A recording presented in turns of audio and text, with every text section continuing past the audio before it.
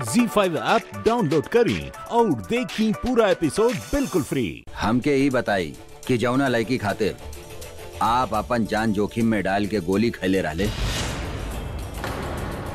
वो लड़की के आज आप घर से काहे निकाल रहा बाड़े? इन लोगन के वजह से समधन जी के खातिर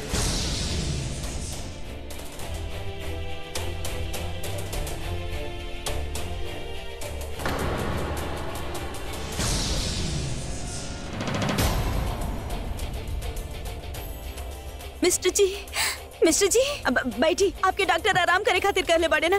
बाबूजी बस करी ना, इनका तबीयत खराब हो जाई तो अब ठीक बनी ना।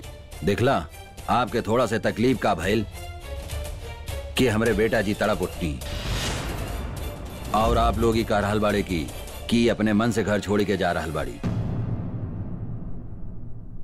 ये रिश्ता हमार बेटा जी की वजह से ना टूट रहल बा। अरे रिश्ता जब हमरे बेटा जी के वजह से बनल ही रहल था त टूट कैसे सकेले? ये रिश्ता था हमरे और ना,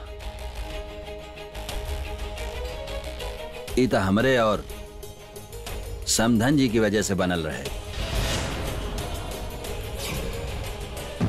हम सही कह रहल बानी ना समधन जी? ये 10 लाख बा शगुन के रूप में रिश्ता के गांठ के मजबूत बनावे खातिर। मिस्टर जी एकदम में ठीक हो जाइए ना था, हम खुद ही यहाँ से चल जाए।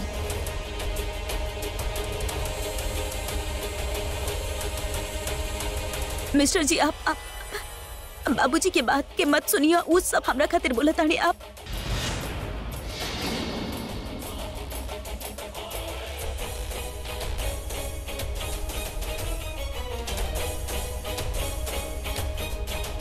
आपके और इनकर वजह से रिश्ता फैल रहे, मतलब? दामाद बाबू, आपके और रागिनी के गठबंधन ना हमरे और समधन जी के साथ गांठ से शुरू भइल रहे और एमे ब्रिजभान सिंह बराबर के भागीदार रहले। आप तो पहले ही रिश्ता से इनकार कर चुकल रहले, लेकिन समधन जी घर आए लक्ष्मी के निरादर ना कई पाईनी और ये रिश्ता पक्का हो गई। और हमसे पैसा लेवे के बाद जब हमके पता चलल कि बारात कहीं और जा रहल बा ता हमरे पास और कोनो दूसर चारा ना रहल। हम वो बारात के अगवा कर अपने मंडप में बैठाए देली और ये सब करे में ना हमरा के समधन जी के बराबर योगदान मिलल। हाँ ना समधन जी?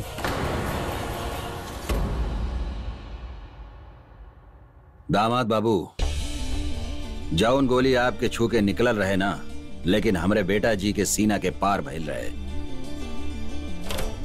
और ओकर दर्द हम महसूस कैले रहली। अरे हम ता वो आदमी बाड़ी की खुद के दर्द भी महसूस ना कर सकीले। आपके सेवा करत करत हमार बेटा जी इतना बदल गई नी कि आपका हम भी एकरा के पहचान ना पा रहल बाड़ी। वरना हमार बेटा जी वो रहल की बिना हमरे यहाँ आए आपके पूरा नस्ल के परेड कराई सकेली, लेकिन वो ऐसा ना कैलेस, काहे कि वो आपसे प्यार करेली। ZEE5 ऐप डाउनलोड करें और देखें कुल एपिसोड एकदम फ्री।